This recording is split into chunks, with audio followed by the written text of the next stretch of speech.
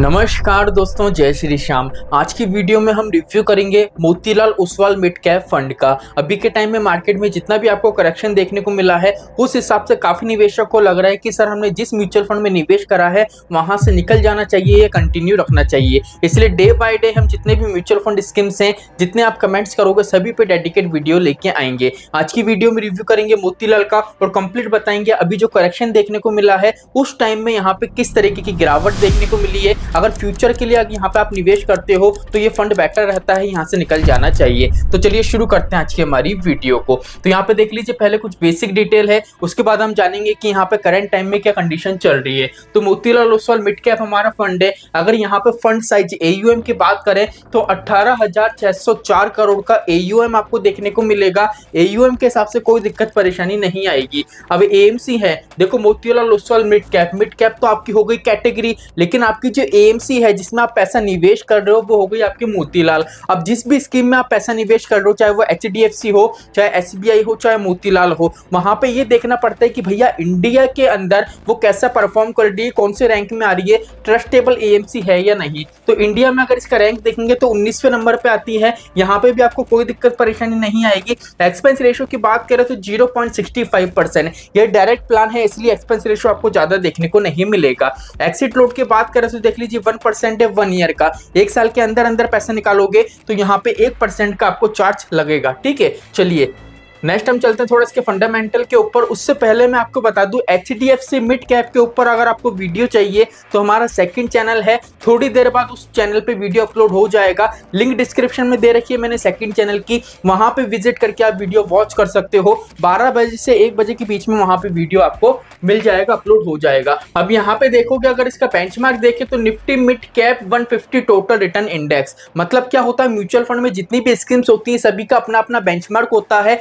अब इस बेंचमार्क में टोटल कंपनी है 150, लेकिन फंड मैनेजर ने 150 कंपनी में से 26 ऐसी कंपनी सेलेक्ट करी हैं जो लॉन्ग टर्म में आपको ग्रोथ बना के दे सकें। फंड मैनेजर ने यहाँ पे जो 26 स्टॉक शामिल करे हैं वो लो वैल्यूएशन के करे हैं और जिनकी ग्रोथ की संभावना फ्यूचर में अच्छी हो, मतलब लॉन्ग टर्म का विजन हो, तो यहाँ पे इजिली आप निवेश कर सकते हो। यहाँ पे पैसा निवेश करोगे तो इक्विटी के अंदर देख लीजिए 90.8% आपका पैसा लग रहा है, डेप्थ के अंदर बिल्कुल भी नहीं लग रहा है, और कैश होल्ड की बात करें तो 9.1%। अभी जितनी भी म्यूचुअल फंड स्कीम देखोगे ना, उनमें से 60% स्कीम आपको ऐसी नजर आएंगी जिसमें कैश होल्डिंग थोड़ी ज्यादा नजर आएगी। वो इसलिए नजर आएगी बिकॉज करंट टाइम में देखें तो मार्केट डाउन जा रहा था, तो म्यूचुअल फंड में काफी ऐसे निवेशक है जो रेगुलर बेस में पैसा निकाल रहे थे। तो फंड मैनेजर को एक तो स्टॉक देखना है कि कौन सा स्टॉक है वो सही परफॉर्म कर रहा है, कौन सा स्टॉक ऐसा है जो बिल्कुल डाउन फ्यूल में जा रहा है, जिसकी कंडीशन सही नहीं रहने वाली है। एक तरफ तो रिडेम्पशन चल रहा है, एक तरफ स्टॉक की कंडीशन सही नहीं चल रही है, तो यहाँ पे काफी ज्यादा दिक्कत परेशानी आ रही थी। इसलिए क्या है, कैश होल्डिंग अभी के टाइम में देखोगे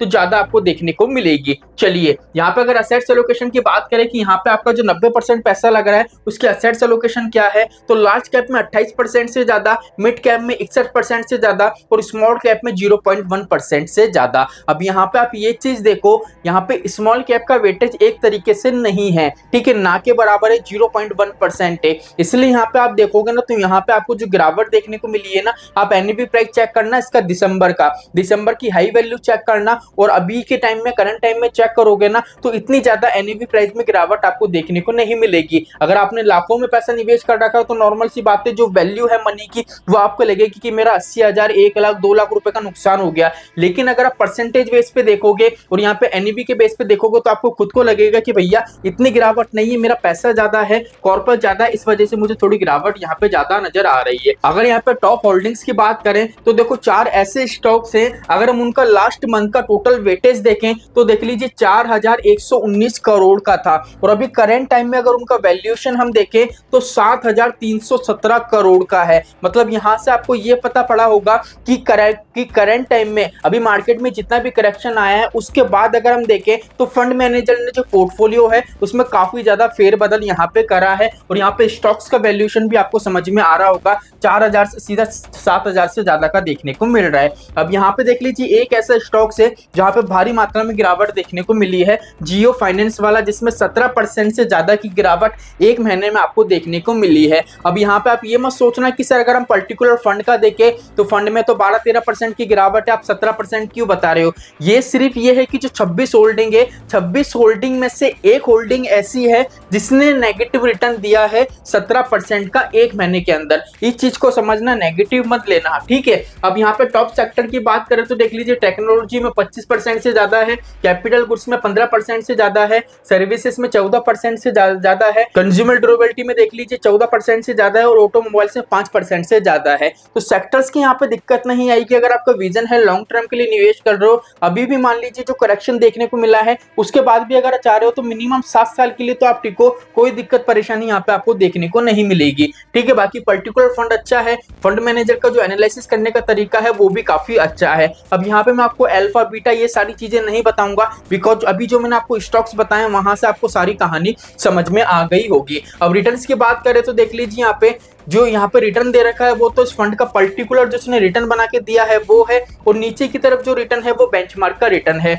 अभी देखो 3 महीने की मार्केट की गिरावट देखें तो जो नेगेटिव वैल्यू हमने फेस करी है वो 3.91% की, ऑलमोस्ट 7% का डाउनफॉल हमको नजर आया है। लेकिन यही इसका बेंचमार्क देखें तो 10% से ज्यादा की गिरावट देखने को मिली है। अब सर बेंचमार्क में ज्यादा गिरावट क्यों है, बिकॉज बेंचमार्क में 150 कंपनी है और पर्टिकुलर हमारे फंड में 26-27 कंपनी से, इसलिए क्या है बेंचमार्क में ज्यादा गिरावट देखने को मिली है। 1 ईयर की बात करें तो देख लीजिए हमको एक्चुअल में रिटर्न मिला 36% का, बेंचमार्क का रिटर्न है 15% का। इसलिए बोला जाता है म्यूचुअल फंड में लंबे टाइम के लिए टिको जिससे आपको अच्छा खासा बेनिफिट देखने को मिले।